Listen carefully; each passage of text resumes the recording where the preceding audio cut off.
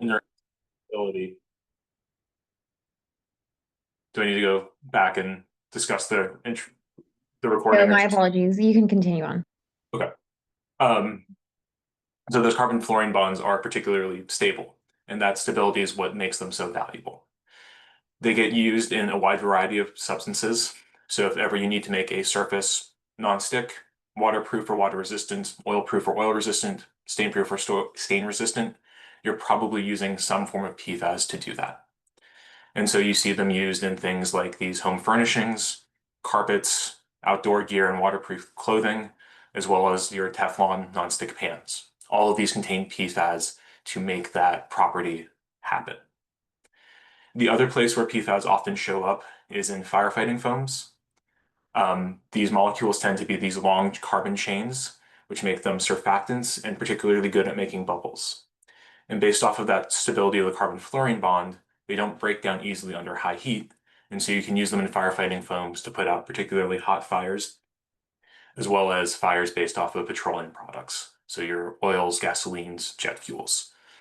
And so you'll often see them be used in that particular cases.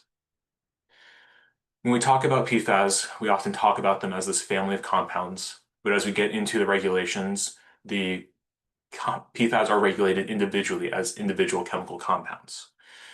And so to make sure that we're being clear when we're talking about PFAS as a family and individual chemicals, when we talk about these individual chemicals, you'll hear me give their name out as something like PFOS or PFOA, just to make it clear when I'm talking about the family versus an individual compound. Like the big family name, the individual compounds often have these very long names, so we abbreviate them. As an example, the molecule that you see on this slide is perfluorooctanoic acid. And so rather than trying to say that or write that each time, we abbreviate it to PFOA. As a result of these chemicals being so widely distributed in the environment, throughout the last couple of decades, there's been increasing interest in whether these chemicals are toxic to humans or the environment. And there have been dozens of studies trying to address that question and understand what health effects do these chemicals have. This here is just a small subset of the health effects that we've observed for PFAS. We've seen some cancer effects, including prostate, kidney, and testicular cancers. We've seen reduced immune effects, making it harder for the body to fight infections. And there's even been some results showing reduced vaccine effectiveness. And then we also see some developmental and reproductive effects as a result of these PFAS exposures. This here is specifically for the two most studied PFAS compounds, PFOA and PFOS. But there are more studies coming out on more PFAS almost every week. 2 weeks ago, there was a big study out of the Journal of the American Heart Association showing that prenatal PFAS concentrations in maternal blood is associated with increased blood pressure of their offspring in their teenage years. And so studies are coming out for new PFAS all the time, and I expect these health effects to grow as we look at more and more of these compounds. As a result of the growing health concerns, there's also been increased interest in PFAS by the public as well as regulators. And starting in the first Trump administration, the EPA has started taking action on PFAS, with a lot of those actions coming to a head just last year in 2024, with 3 final regulations coming out in April and September. The first of those regulations that were finalized was in April of 2024, where under CERCLA, or the Superfund site, 2 PFAS, PFOA and PFOS, were designated as hazardous substances, which gives options for some cost recovery and enforcement authorities as a result of that designation, as well as some transportation and notification requirements in their use. I can't go into too much detail on all of the ins and outs of CERCLA. That's outside of my program, but I do want to mention that as one of the major actions that has been taken. In addition to that CERCLA designation, about a week or 2 later, EPA released the first ever national drinking water standards for 6 PFAS. Those 6 compounds you can see on this table over on the right, setting maximum contaminant levels, so the highest level allowed in drinking water for PFOA and PFOS, to be at 4 parts per trillion. For context, that is a single drop of water in 5 Olympic-sized swimming pools. So these are exceedingly low concentrations that these MCLs are being set at. In addition to PFOS and PFOA, PFHXS, PFNA, and HFPODA, which is commonly called Gen X, had MCLs set at 10 parts per trillion. So that's a single drop in 2 Olympic-sized swimming pools. And then mixtures of PFHXS, PFNA, HFPODA, and a new PFAS, PFBS, were regulated using a hazard index approach as a result of each of these chemicals potentially acting on the liver. I'm going to put a pause pin in this when we get into Bailey's presentation. He's going to talk a little bit more about these in a bit more detail. So I'll just leave that there and talk about some of the developments that have happened around this. But right now, that's been the focus of the Office of Drinking Water, and DEQ is related to this particular set of regulations. The final federal action that was finalized in September 2024 was that final ambient water quality criteria and benchmarks were set for certain PFAS, and these are benchmarks that are supposed to be protective of aquatic life. These final ambient water quality criteria are shown in the second table for reference, specifically for PFOA and PFOS. There are 8 additional chemicals that have the benchmarks versus water quality criteria, the difference between them being how much data is available or not. Right now, DEQ is undergoing or starting to undergo our triennial review of our water quality standards, and we're considering adopting these criteria into those standards. So you may see some more information about those in the coming months as we work through that regulatory process. Max? Yes. Hey, this is Brian. I'm sorry to interrupt. I'm looking at this slide and it's on a small screen for me. I just want to ask the question of you, the units on the ambient criteria, are those nanograms or milligrams? Because they should be well, I just want to make sure the units are. Yes. In the ambient water quality, these are milligrams versus nanograms, so they're much higher in concentration where those thresholds have been set. We think of those in the parts per billion levels for most of these chemicals. And so compared to the drinking water thresholds, those are orders of magnitude higher, correct? Yes. So the acute PFOA concentration is about 100,000 to 1,000,000 times higher. So much higher levels when we're talking about these water quality criteria. Thank you.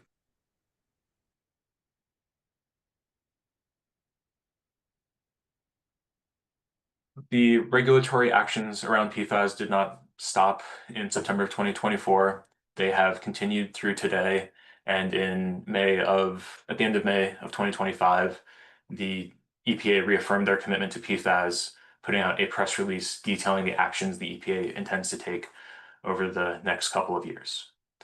They themed their actions across 3 different broad categories, the first of which is strengthening the science. Here, the EPA is saying that they are going to continue to identify and address information gaps, as well as provide more frequent updates to PFAS destruction and disposal.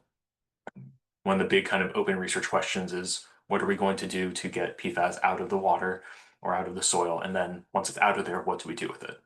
And so EPA is working to address that knowledge gap in particular, as well as many others looking forward. In addition, they plan to fulfill their statutory obligations and enhance communication, essentially trying to address some of the significant compliance challenges related to the drinking water standards. Again, we have these really low concentrations that need to be met, as well as working to establish a liability framework for who's going to pay for the cleanup, specifically on the model of the polluter should pay rather than the passive receivers, things like landfills, wastewater treatment plants, and public water supplies. And then the final theme that they've had in their press release is building partnerships, essentially trying to advance remediation and cleanup efforts and work with the states to address these PFAS issues. And again, that theme of holding polluters accountable came back in this section of their press release as well.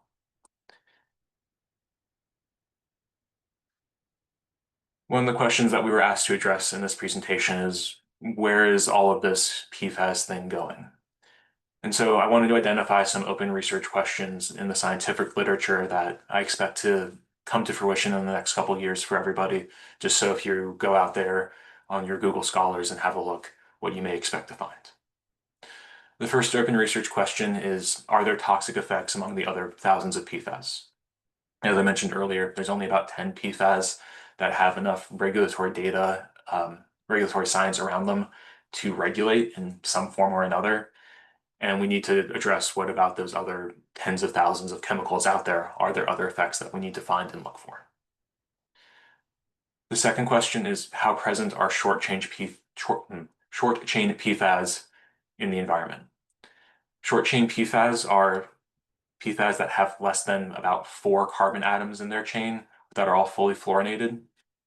So far, these molecules have been hard to detect and are understudied, but it's an area where the scientific research knows it needs to go and is working to address those types of questions of, are they out there, and then are they having an ill effect?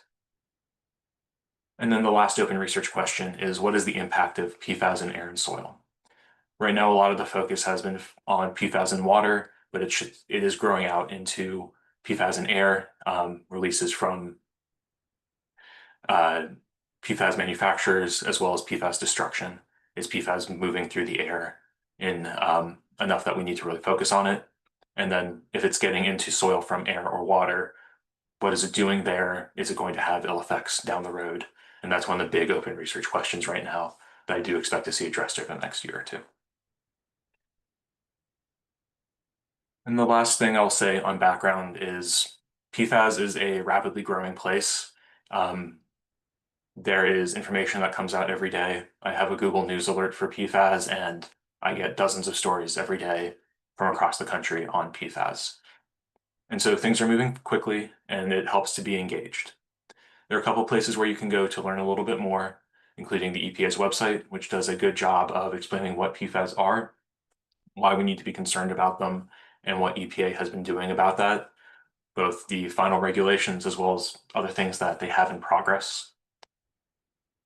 DEQ's website has a section on PFAS where you can see all of the ambient water quality monitoring data that we'll talk about later in these presentations, as well as some background information on what PFAS are as it pertains to the environment.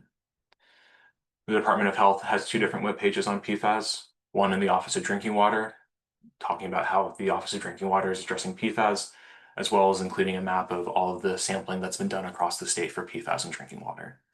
And then the toxicology section has a frequently asked questions section to answer some of those kind of burning questions around PFAS. And if you are ever in the situation where someone's asking about them, it's a good place to go to get some quick answers. The last place that I'll mention is ITRC, the Interstate Technology and Regulatory Council. They've put together an amazing resource that summarizes all the science and regulations around PFAS, and is usually one of my first stops when I have a PFAS question. And so I can recommend that as a resource where, if you want to really get into the nitty-gritty details, an excellent place to go and an excellent place to start. And so I will pause there at the end of this first presentation to see if there are any general questions from the audience on anything I've said so far. Any questions? Okay, I don't see anybody popping up, so we can proceed. All right, so I will stop sharing my screen and pass it over to Bailey. Thanks, Max. Excellent presentation. I think I'm going to employ your services when I need to give the introduction to PFAS in the future, because that was very thorough and much appreciated. Let's see. Can you see my screen? Yep. Okay. All right. So Max touched a little bit on the regulatory actions that the Virginia Department of Health Office of Drinking Water are taking. My name is Bailey Davis. I'm the Chief of Field Operations for the Office of Drinking Water. I oversee our 6 regional field offices. I'm also the head of our PFAS Implementation Committee, And so we're doing the work on the back end to ensure that we can monitor, track, and ensure compliance for waterworks to meet the federal PFAS rule, which Max introduced a little bit earlier. A touch about the Office of Drinking Water. We regulate about 28, a little bit over 2,800 public water systems throughout the state. Public water systems defined as 25, serving 25 customers 60 days out of the year from a well supply or a water supply that you maintain or own. So as far as the Virginia population, about 7.5 million customers are served off public water systems in the state. That's about 89% of the population.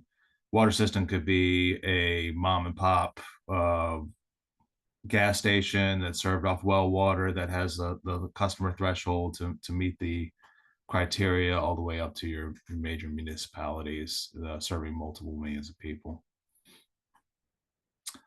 We have primary regulatory oversight for federal drinking water rules. So we have primacy in the state. It means we apply to EPA to be allowed to oversee the compliance aspect of water systems meeting the federal rules.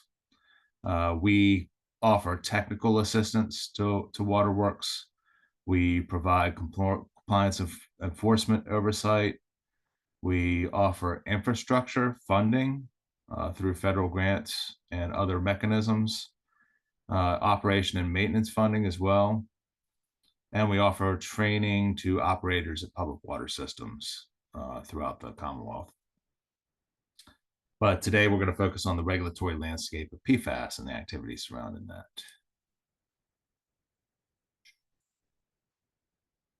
So as Max mentioned earlier in his presentation, this was the federal rule that got released last April.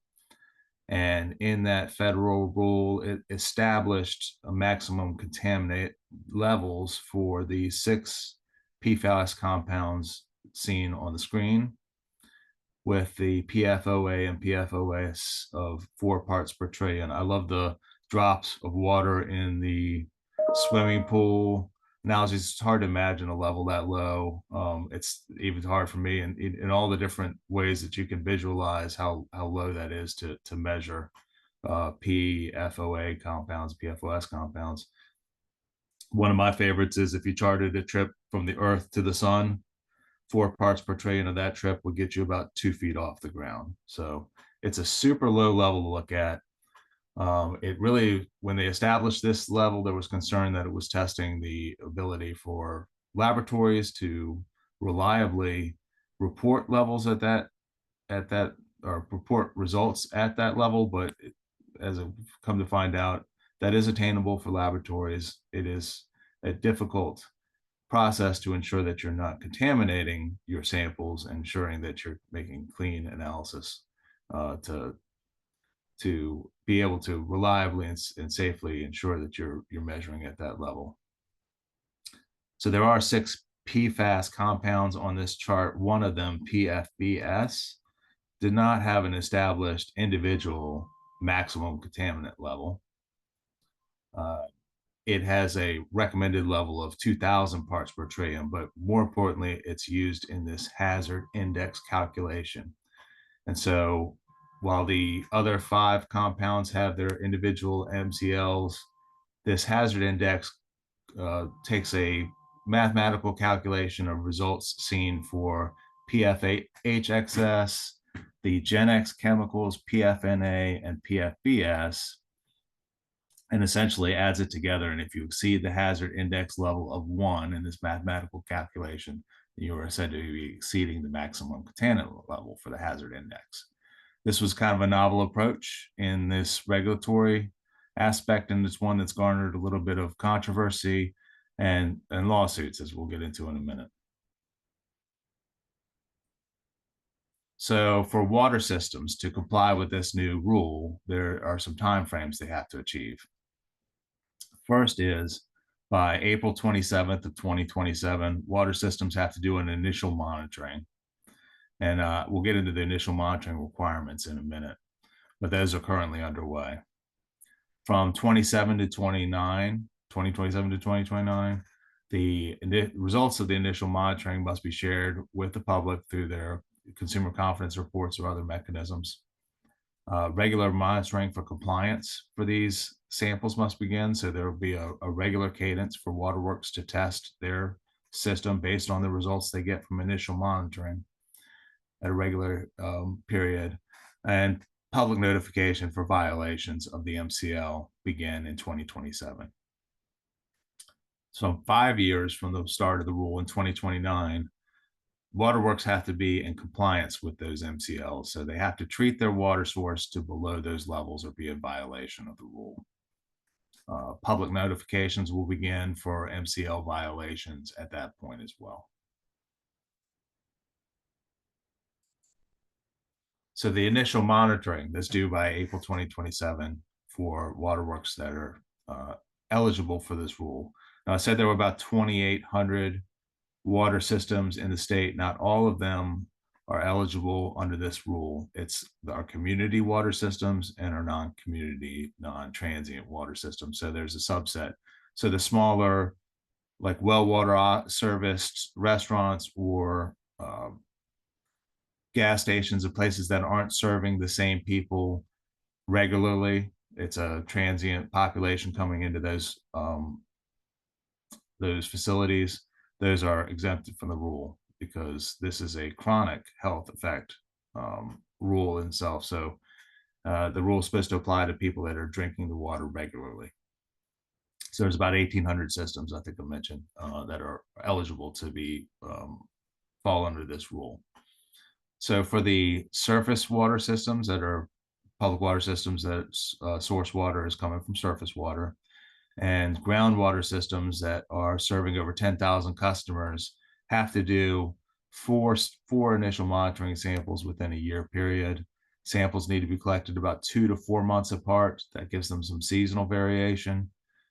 There is some exemptions to utilize some previously collected data or some newer data for waterworks that have some existing data that they want to utilize. The EPA has acknowledged that they could utilize that as long as they're meeting the criteria to get about a year's worth of data 2 to 4 months apart.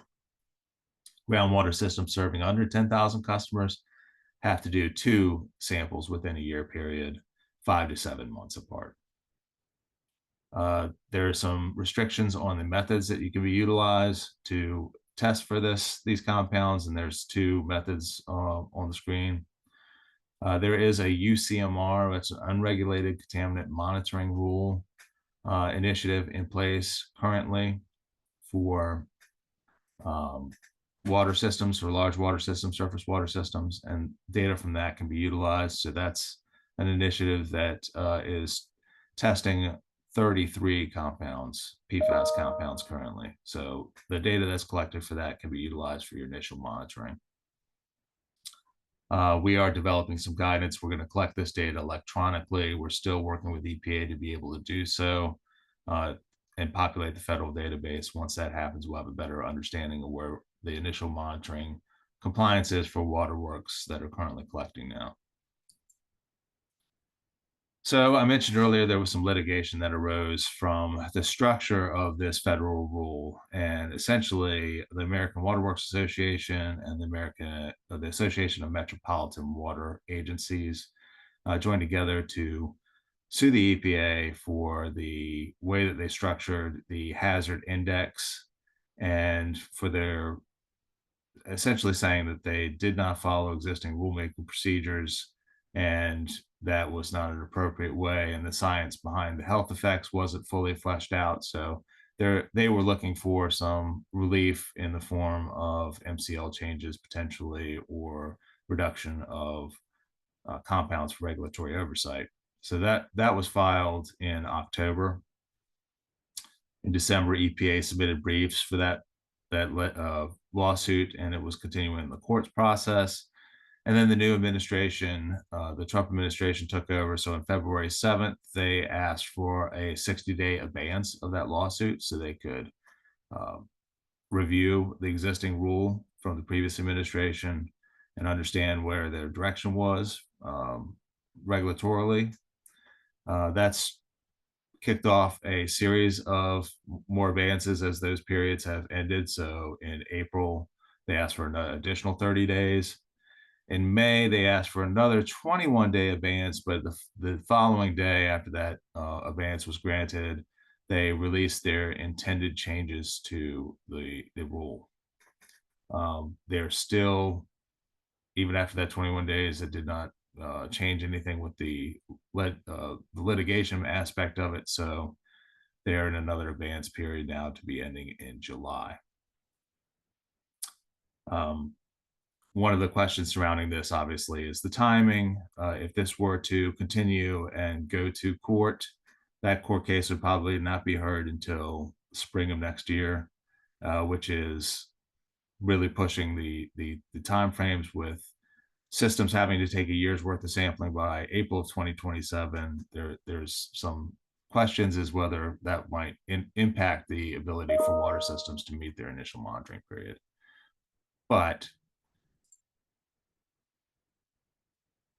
the announced changes are just at this point intense. So this is what the EPA intends to do.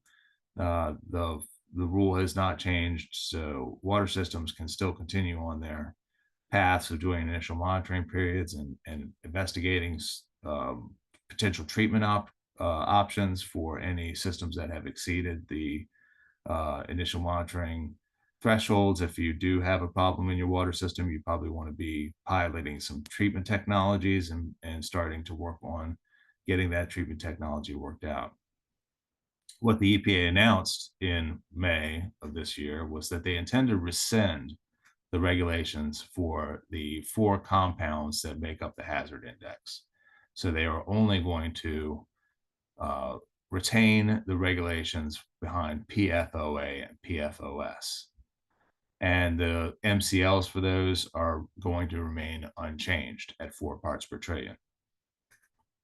They intend to extend the compliance deadlines for waterworks to give them a little extra time to address issues that are found in the initial monitoring period from 2029 to 2031. They're going to establish a federal exemption framework, and part of that framework is going to be that exemption. They're also launching some new initiatives, one being the PFAS outreach initiative for small and rural communities. They want to add polluter accountability measures and enhance technical help. As Max mentioned, water systems are passive receivers of these PFAS compounds. They don't utilize or manufacture or make any PFAS compounds. They are received and passed through. So it is putting the onus on water systems to clean up for industrial polluters, and that's some of the work that DEQ is doing to address, which Max will be going through in a minute.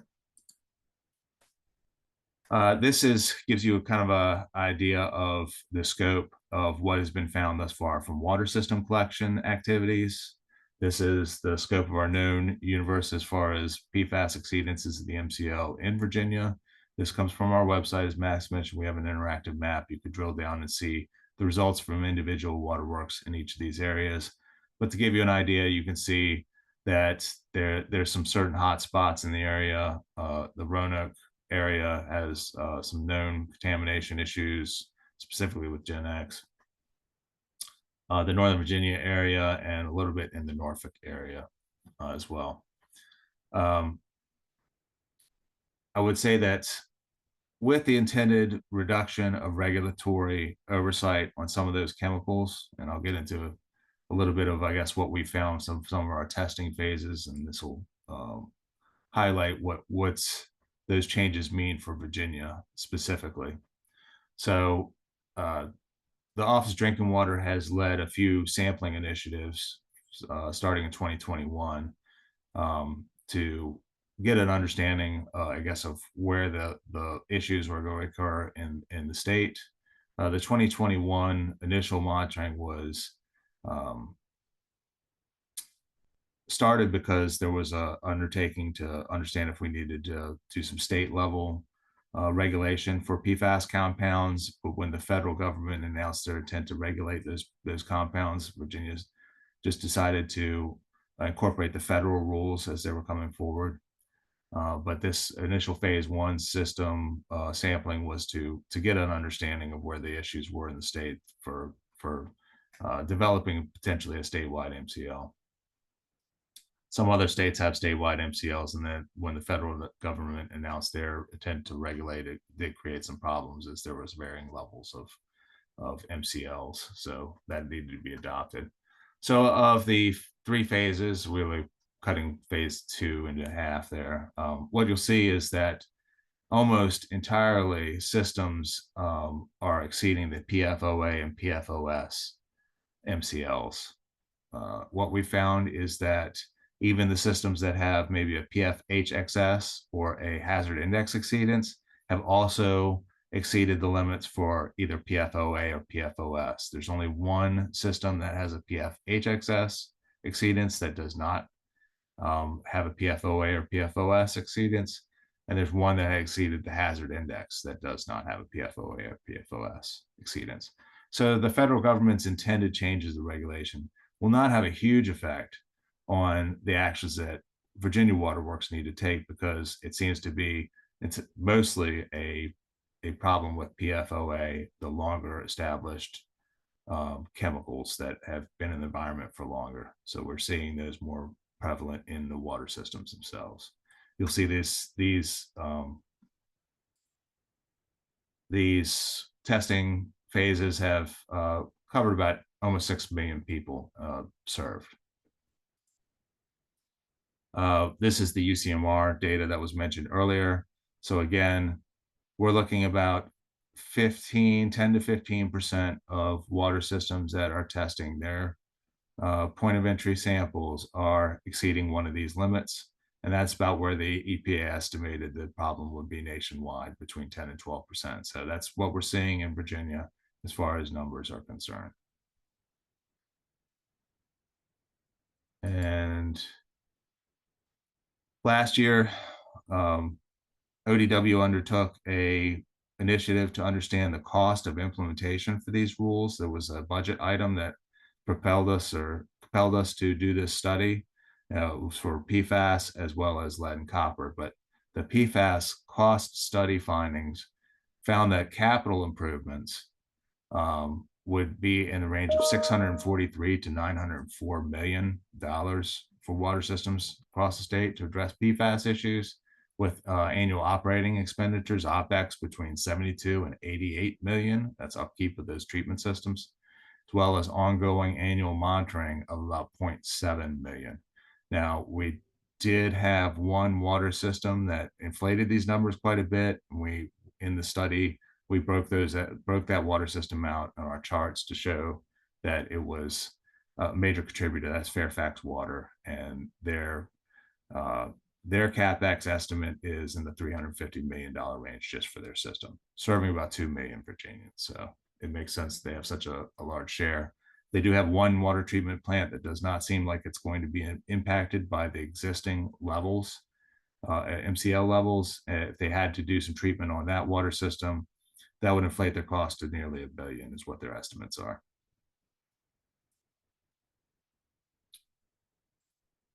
And that is the end of the Virginia regulatory drinking water side. I'll open it up for any questions someone might have. Otherwise, we'll move to Max for the DEQ side. Questions? All right, I've got one if nobody else does. You talk about you can measure down to 4 parts per trillion. How expensive is that testing? That's a good question. It is. It's variable depending on the laboratory that's chosen. Right now, what we're seeing is estimates from $200 to $500 per sample.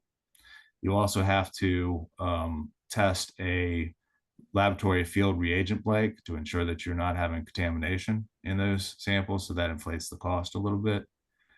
We have currently 15 laboratories, they're mostly national brands, that have secondary accreditation in the state to perform the testing, and none with primary accreditation yet. So we don't have any local Virginia laboratories that have gotten accreditation, from my understanding, at least from a month ago or so.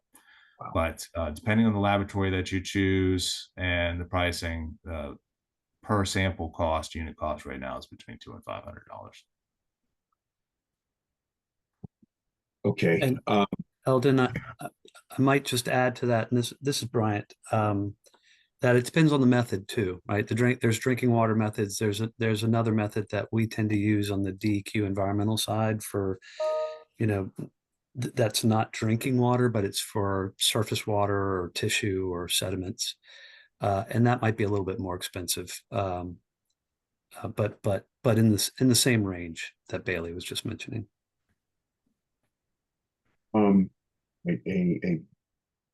You showed the cost to respond, and then the capital cost, and you mentioned that Fairfax Water, which serves about 2 million, I think you said, the cost is in the $300 million range capital.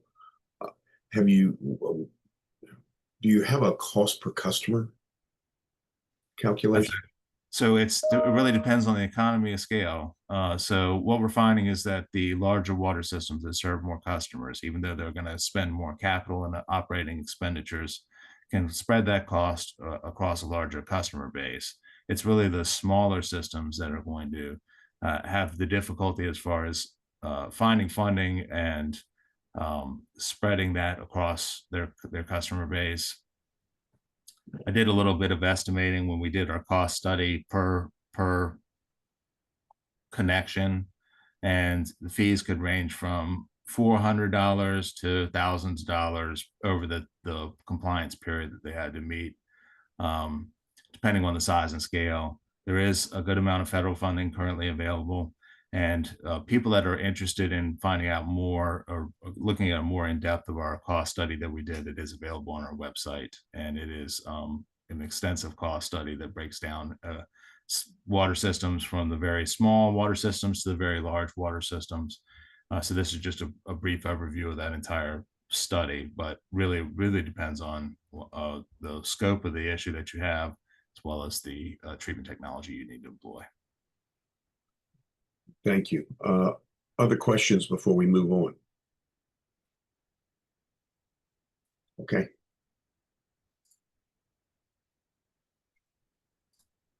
And am I sharing still? You're sharing still, yes. I'm trying to figure out how to stop sharing. Eldon, this is Norm. Go ahead, Norm. I got a question for Bryant. Sorry, Bryant. The EPA is currently recommending a phase-in of requirements that the MS4 permits start to include requirements for pollution prevention, source reduction, implementation plans to include reducing PFAS. Given that Virginia's MS4 permits are going to be expiring in 2028, is Virginia giving any thought to this right now?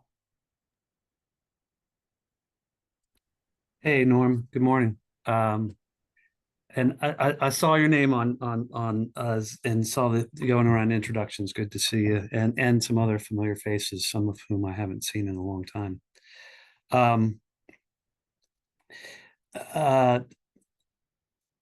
Norm, the short answer is yes, but the kind of the context of that answer is, and Max is going to be getting into this with his presentation about kind of the framework and what's going on in Virginia on PFAS source assessments.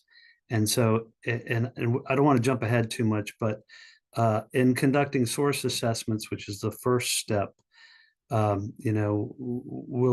going to need to look at see where those sources are. So if an MS4 entity or MS4 location does have significant PFAS contributions, then yeah, we would want to look at that. But we're not necessarily looking at anything specifically at this point. So a qualified yes, how about that?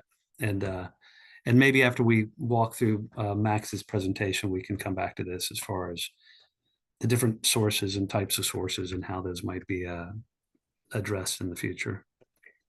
Yeah, I apologize for jumping the gun. But yeah, okay. Yeah, that sounds good. Well, maybe we can talk after this one.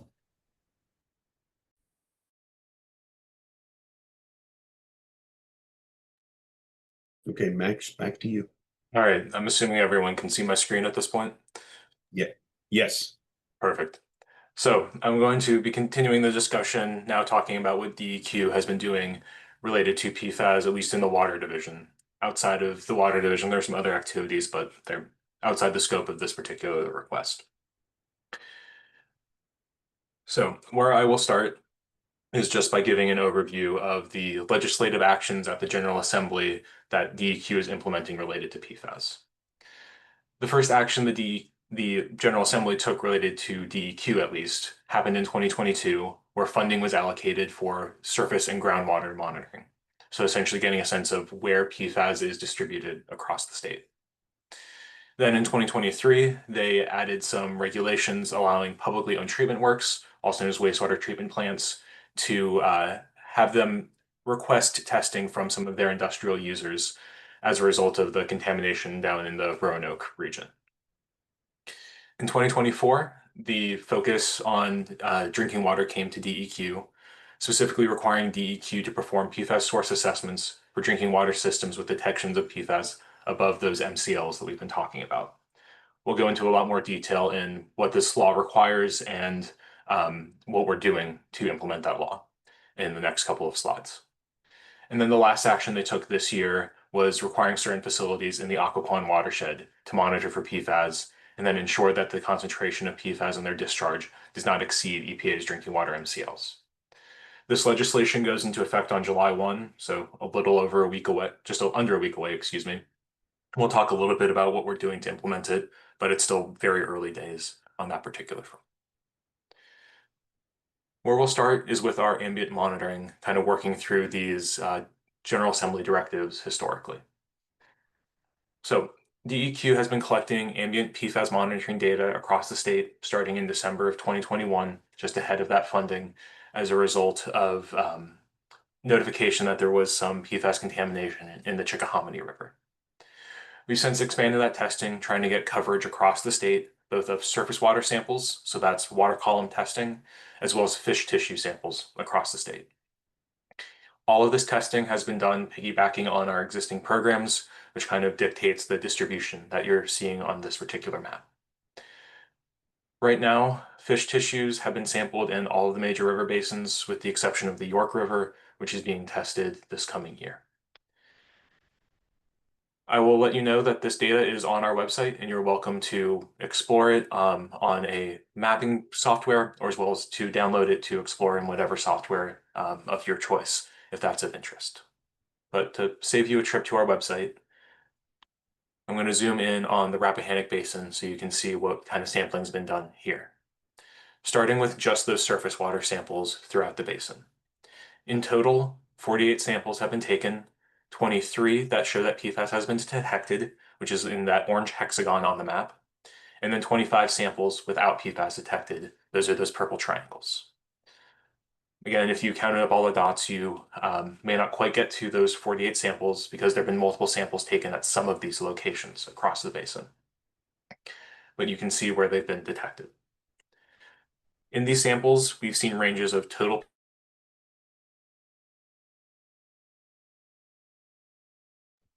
Max, Um, we lost your audio.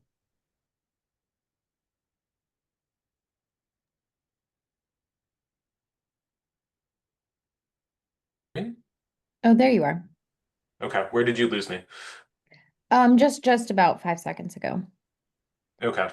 Yeah, Zoom is telling me my internet connection is unstable. So if I go out, just let me know and I'll be happy to stop.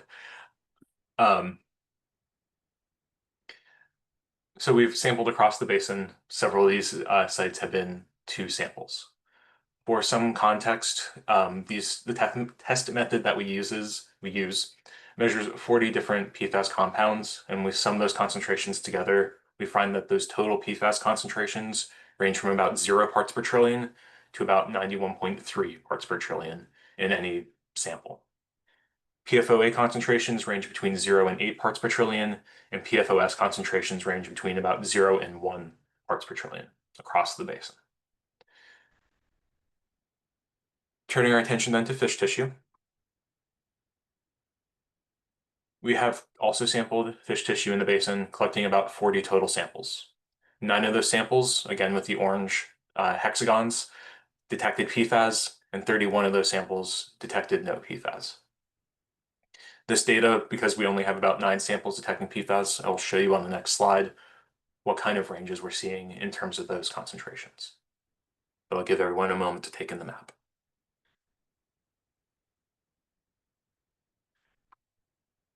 For those fish tissue samples, what we see in terms of our total PFAS and PFOS concentrations, they mirror each other. So we're seeing, at least in the Rappahannock Basin, that total PFAS really being driven by those PFOS concentrations.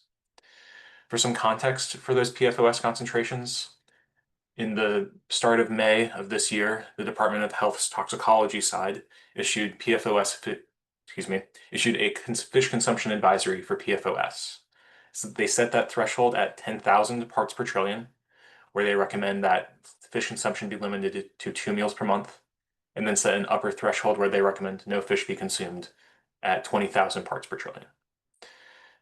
The concentrations of PFOS that we're seeing in the basin are well below both of those thresholds, the highest of which is coming at about 1/10 of that 2 meal per month threshold in the Rappahannock Basin. If you want to explore this data yourself, the station IDs will take you to each of those individual stations, as well as the species sampled on our website.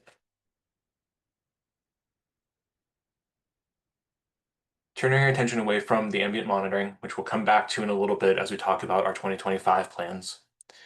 One of the big actions that have been taken since I've joined DEQ is implementing House Bill 1085 and Senate Bill 243, which were passed by the General Assembly in 2024, aimed at PFAS drinking water source reduction. And what this legislation directs is that DEQ is to conduct PFAS source assessments for each public water supply we've received notification of having a PFAS maximum contaminant level exceedance in its finished water by the Department of Health.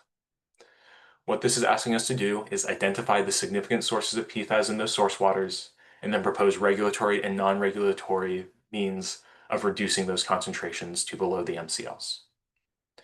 In order to conduct these source assessments, DEQ was given 2 new authorities. The first is to require the self-reporting of PFAS manufacture and use, and the second to require quarterly discharge monitoring for those facilities that may be these significant sources. Essentially, this is allowing DEQ to go through these facilities and ask, do you use or manufacture PFAS? And if so, how much? And then asking them to sample any water coming off of their property for PFAS in that effluent monitoring using EPA method 1633, getting about 40 different PFAS compounds. In addition to these 2 authorities, DEQ was also given some directives in this legislation. The first is to form an expert advisory committee to inform both DEQ and VDH on PFAS-related issues, specifically around these source assessments. This committee meets at least twice a year and has met 3 times since the legislation was enacted in July of 2024, the most recent of which was on May 30th. Minutes for all of these meetings are available on Virginia's Regulatory Town Hall if you want to get a sense of what we've been discussing in those meetings. The next meeting is going to be in August. One of my tasks for this week is to get that meeting scheduled. So if you sign up for alerts on Regulatory Town Hall, you'll hear about when that next meeting will be held. In addition to the Expert Advisory Committee, we're required to write an annual report due to the General Assembly October 1st of every year. There is one out for 2024, but it covers the first 3 months of that implementation of this legislation. And so what you'll hear over the rest of the presentation should get you caught up, and you can look for the next edition of that report in October of this year. The last directive we received as part of this bill and an enactment clause was to actually use the 2 new authorities DEQ was granted, specifically to issue notice to self-report and or monitor for PFAS for all drinking water systems. DEQ was notified of having exceedance on or before September 1st, 2024, and we had to send those notifications by December 1st of 2024. And so on the next slide, we're going to talk a little bit about that process and what's happened since.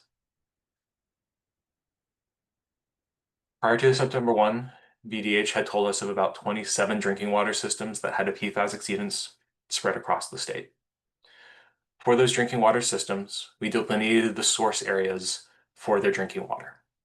For surface water, we defined that as the entire watershed upstream of the drinking water intake. And for groundwater, we chose a 3-mile radius around the impacted wells, and that was based off of professional judgment. What we then did is we looked for all of the VIPD's permit holders in those regions, as well as any of the significant industrial users as part of the wastewater treatment plant's pretreatment programs in those regions. And then filtered them based off of do they belong to an industry on EPA's list of PFAS handling industries. And so if they are a user in EPA's PFAS handling industries and in the source area, they received a letter from us asking them to self-report and or monitor for PFAS. In total, about 185 of these letters were sent out just prior to Thanksgiving. In the letters, they were asked to self-report their PFAS use or manufacture prior to February 24th. That data I'm not going to get into in this presentation, but if you're interested, it is available in the May 30th Expert Advisory Committee minutes. And then the monitoring was asked to commence in the second quarter of 2025, so April to June. And so that data is still coming in, and we're still in the data management process for analyzing that data. And that should be available in time for our next Expert Advisory Committee meeting, if that's data you're interested in. And then we do expect this data to make its way to our website. We recently hired a data analyst to work on that type of project, so it's coming, but we will make at least some of the analysis available as we get the data in.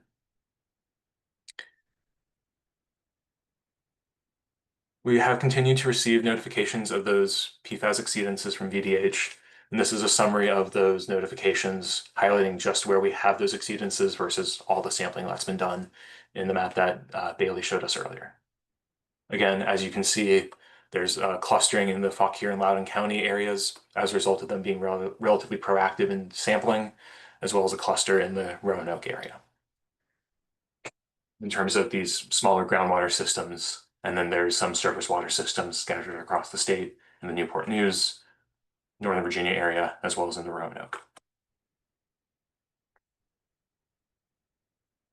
At least within the Rappahannock Basin, there's only a handful of systems that we see these exceedances in, a small groundwater system outside of Fredericksburg, and then another cluster around Culpeper. We are continuing the ambient monitoring in 2025, taking a slightly different approach. Previously, we've been trying to get good spatial coverage across the state.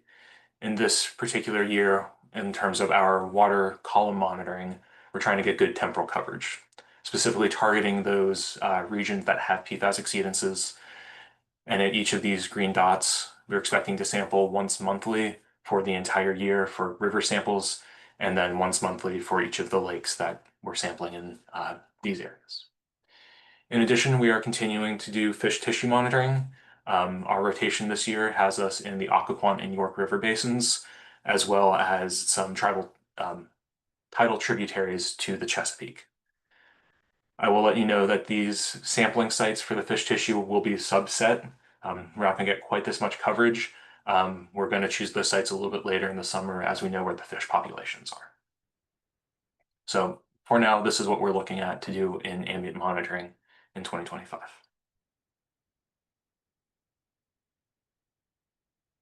Turning our attention to this brand new bit of legislation from the Occoquan Reservoir, House Bill 2085, which is aimed at addressing PFAS in the Occoquan. What this bill requires is that certain facilities monitor their PFAS in their effluent for a year. And then if that effluent is in excess of those PFAS MCLs, they need to develop a compliance plan to go to that MCL or lower by July 1st, 2029, or if the EPA changes to those drinking water standards gets extended further out, they have until that compliance date to meet it. In total, there are about 13 facilities that will be sampling in the Occoquan, and they've been notified of that in a letter on June 16th, with the legislation going into effect July 1. That's about all there is to say on this particular bill yet. There's definitely more to come as we get into it being fully enforced. Looking forward, DEQ is expecting to continue to monitor PFAS in water column and fish tissues across the state. We're expecting to continue to focus on the source identification process for PFAS in drinking water systems with exceedances. And we're also expecting to follow any new regulations that come from the federal government or directives from the General Assembly related to PFAS as our focus going on PFAS going forward. And so with that, I will pause for questions. If there's anything clarifying here in my presentation before we open the floor to bigger picture questions. Questions for Max? Hi, Max. Thanks for the presentation. Just a quick technical question. What lab is doing your PFAS analysis? Does DEQ do it in-house? We use DCLS, the Department of Consolidated Laboratory Services, for all of our fish tissue and water quality monitoring right now. Thank you. Other questions?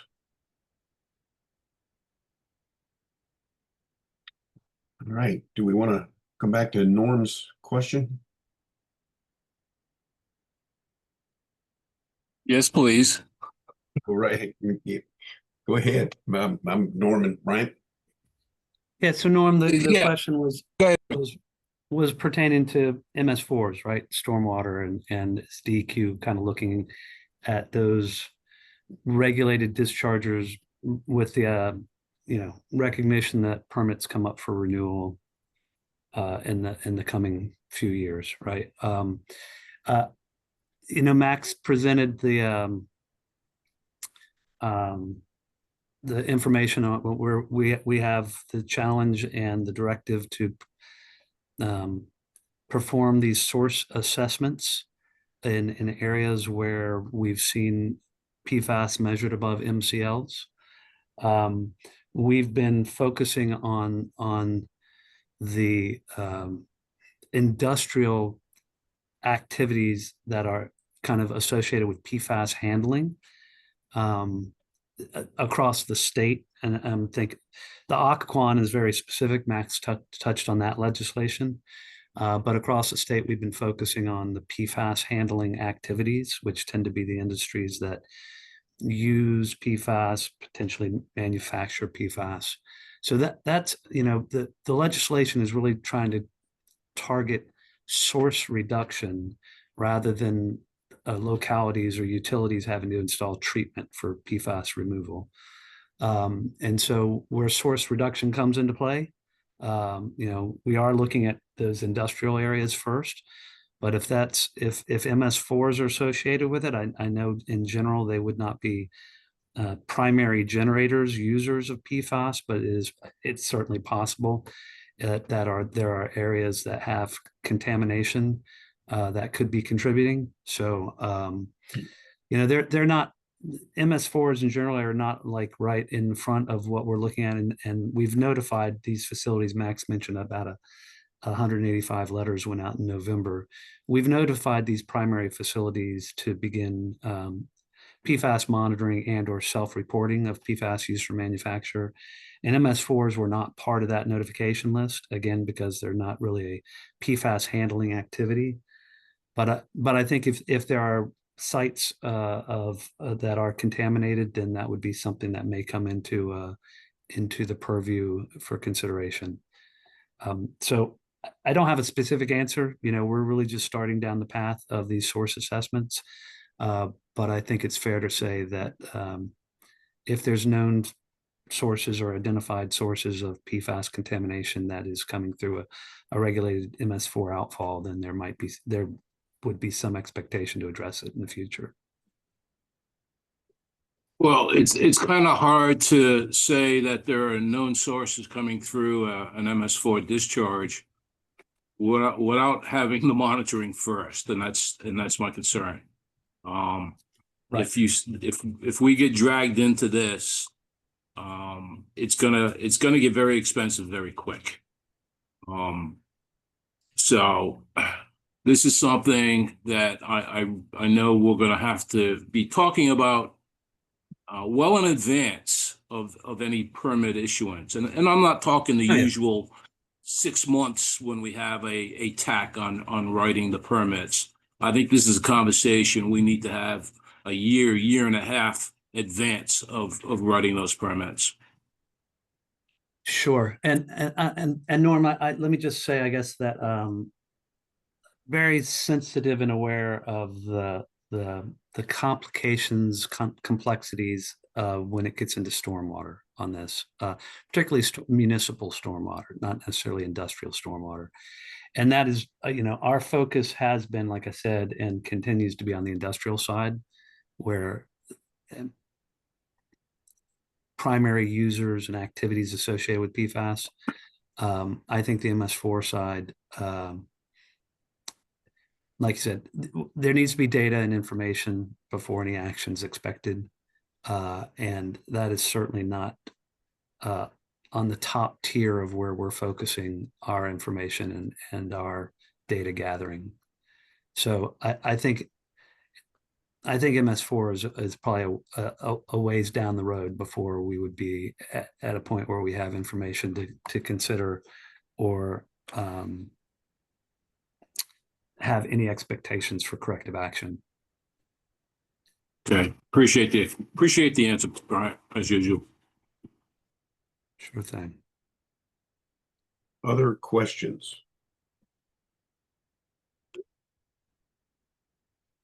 All right, I've got one while we're waiting for others to bubble up.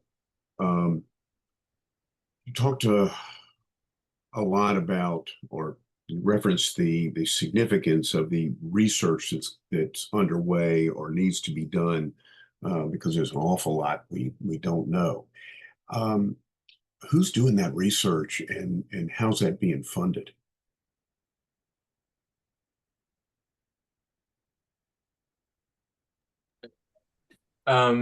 There's research being funded by EPA as well as USGS. I'm aware of several professors across the state who are doing different funding. We're doing different research on different PFAS topics. There's a professor down in Blacksburg looking at private wells, PFAS in private wells. There's a professor in the Occoquan monitoring lab who's doing PFAS in wastewater treatment plants, how it changes as it moves from influent to effluent, as well as some monitoring in the Northern Virginia Potomac area. And then I believe there's a professor at UVA who's doing some PFAS in soils with a tribe in Maine. And I know his grant at least was rescinded, but was recently reinstated. So EPA seems to be treating PFAS as a priority. Okay, you sensed my trepidation that we've got all this research that needs to be done, and the current environment is a little shaky. But thank you for that answer. Brent, you turned your camera on. You have a question? Yes, sir. Thank you for the opportunity. Thanks for speaking today, gentlemen. My question surrounds the growing trend of biosolids with PFAS. I know it's been especially, we're seeing expansions of Synagro permits in the Rappahannock River watershed, Culpeper, Essex is a major permit, as well as Westmoreland County, along with other adjoining watersheds. I was wondering if you all could speak a little bit about maybe any concerns around the expansion, as we kind of are finding out that a lot of these biosolids that are being brought in are documented to have levels of PFAS in them from Maryland, et cetera, and what DEQ plans to kind of do about some of these permit expansions, et cetera. Thank you. Hey, Brent, thanks for your question. And certainly, we are seeing in DEQ concern, first of all, awareness of the issue, and then concern of the issue kind of across our water programs. And it's in our traditional VPDS discharge permits, as well as in the biosolids program and land application of biosolids. And Max outlined the actions, kind of what's going on at the federal level, and the federal, they have their PFAS roadmap and strategic plan for developing their PFAS priorities and guidelines or recommendations and criteria. And at the state level, we are following the recommendations at the federal level, and then the General Assembly directives, which is a lot of what we're really spending a lot of time and resources and energy now doing those PFAS source identification, source assessments. The land application of biosolids at this point, there's not a federal. The science is still evolving, right? Some states have been taking some action. If you look at the states that are doing something about it, it tends to be there's very few across the country, and there are different approaches. And most of those activities that the other states are doing is not necessarily based on a health risk approach, but more of a data collection up front, it's a sampling of the biosolids, and then the kind of categorizing the data and the results as to see the distribution of data, but not necessarily taking actions or restrictions or limitations that are necessarily based on a health-based approach as much as kind of a data distribution approach, like looking at the highest levels and trying to target those first. So in Virginia, we're really following the direction of the General Assembly and then the feds as well. And until we kind of have either criteria or thresholds established, EPA does have a risk assessment for biosolids it's been out now for a few months. They've extended the comment period on that, maybe through the end of summer. I'm not exactly sure how long that's been extended. But even that is not necessarily a risk assessment that establishes endpoints or thresholds for biosolids. It's more focusing on like a farm family where you have really very direct exposure to the biosolids applications and things like that, and risks to those farm families, and more to see is this an issue that warrants further study, not necessarily these are the thresholds that we would be advising for kind of a regulatory approach. So right now we are at a point where looking to see how the science evolves and what the recommendations come from the feds and or from our General Assembly. But we do have those. You mentioned a couple Senate Grow permits. One that is in for modification now to expand applications. The one thing I would point to, and if you look at the data that Max had shared, land application of biosolids has been occurring for decades, and the expansion of the options of where to be able to spread biosolids doesn't necessarily mean there's more that will be applied. It's just broader areas where it can be applied. And if you look at the thresholds or the values that we're seeing either in surface water or fish tissue of PFAS, I would just note the numbers generally are very low. The water column numbers may be above the drinking water MCLs, but drinking water thresholds versus ambient thresholds in water column are different endpoints, right? And so right now, at least in the data that we have and that we've seen, there's not a suggestion that indicates that, hey, this activity, which has been occurring for decades, is resulting in some levels of concern, at least not the data that we've seen thus far. So, how that plays into the balance of things is for all of us to kind of consider and weigh, but I think it's worth pointing out for the conversation. Thank you. Hi, this is, excuse me. Go ahead, Brent. Sorry. Go ahead, Deirdre. Okay. This is Deirdre Clark with John Marshall Soil and Water. Has there been any consideration of testing the tissues of grazing animals? Hi, Deirdre. I'm sorry, I didn't hear that question exactly. The tissue of grazing animals, is that what you said? Grazing animals, livestock, marketable livestock. In other words, in your analysis of fish tissue, you limit consumption. And I'm just wondering, with the application of biosolids having been there forever, whether or not that might in fact be impacting the tissue of marketing grazing animals. Yeah.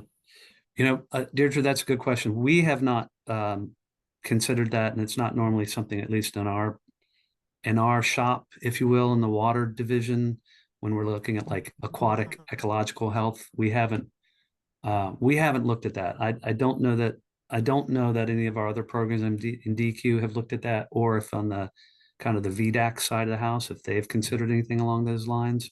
But that's not something that we in our programs have considered it to this point in time. Okay. Thank you. Might be interesting to look at just for anecdotal observations. Yeah. And I don't know, Max mentioned that, there's a lot of research ongoing and in process, whether it's at EPA and their Office of Research and Development, or in the academic side of things in any number of areas. I don't know if studies like that have been or are being conducted, but it's quite possible there are folks looking at that. I'm not aware of it, but there may be folks that are looking at that issue in Virginia. Certainly have been in other states, right? So. Thank you. Other questions? Gentlemen, great presentations, a lot of good information, a lot to be thinking about as we gain more information going forward. The commission at its meeting last week, at the end of the meeting, reiterated they'd like to hear from you guys in September, if that is okay with your higher ups. Okay. Eldon, I don't recall if there's a specific date yet set for the Yes. September meeting. September 24th will be in Culpeper County at a place called the Carver Center, which is not far from the little community of Rapidan. We'll be way up the river, way up the basin. And if you could just follow up with just an email with that, like the No details and the requests, that'd be great. Whenever we get requests to speak, we kind of run it up the flagpole and make sure. And PFAS is one of these topics in particular. We just like to make sure everyone's aware that. Well, and you will have, members of the assembly because they're active members of the commission, and the meetings obviously have to be quorum in the room to be legal meetings, but we have members as well as members of the public that participate remotely, because we always make that available and have ever since 2020. And what I want to do, for the sake of time, I'm not going to hold people here, but I'm going to say to the technical committee members, I'd like to get some feedback for this group. This was an hour plus presentation. Obviously, the commission is looking for more, about half that length.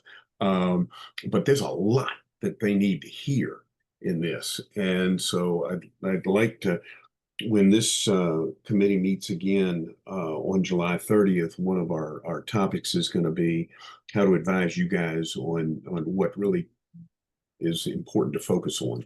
And so we can tell you that well in advance of the September commission meeting. And I will get emails to each of y'all later today. And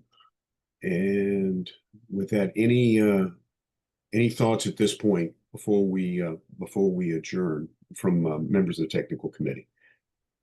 It's an open question, and so if somebody wants to talk to me in the meantime, I'll say this to the three of y'all, and I don't know how much you're able to do this, but if your powers that be feel like the General Assembly should be considering something, amending something that's already been passed or expanding on something, this is a golden opportunity, because you've got members that are part of this commission that take a real interest in this, broadly speaking, and may very well be willing to carry some water in that setting. And I don't want to, you know, I know you've got to be careful when you're having those kind of discussions. That's why I said the powers that be above you feel like there's something that the General Assembly should be thinking about. This may be a great opportunity. And I know the other people on this this Zoom will be doing the same thing. Yeah. Thank Thank you you for again, that, gentlemen. Thank you for that. Anything else before we adjourn? All right, I can't thank you enough. Great presentation, very thorough. More to come. Thanks, everybody. Appreciate it. Thank you.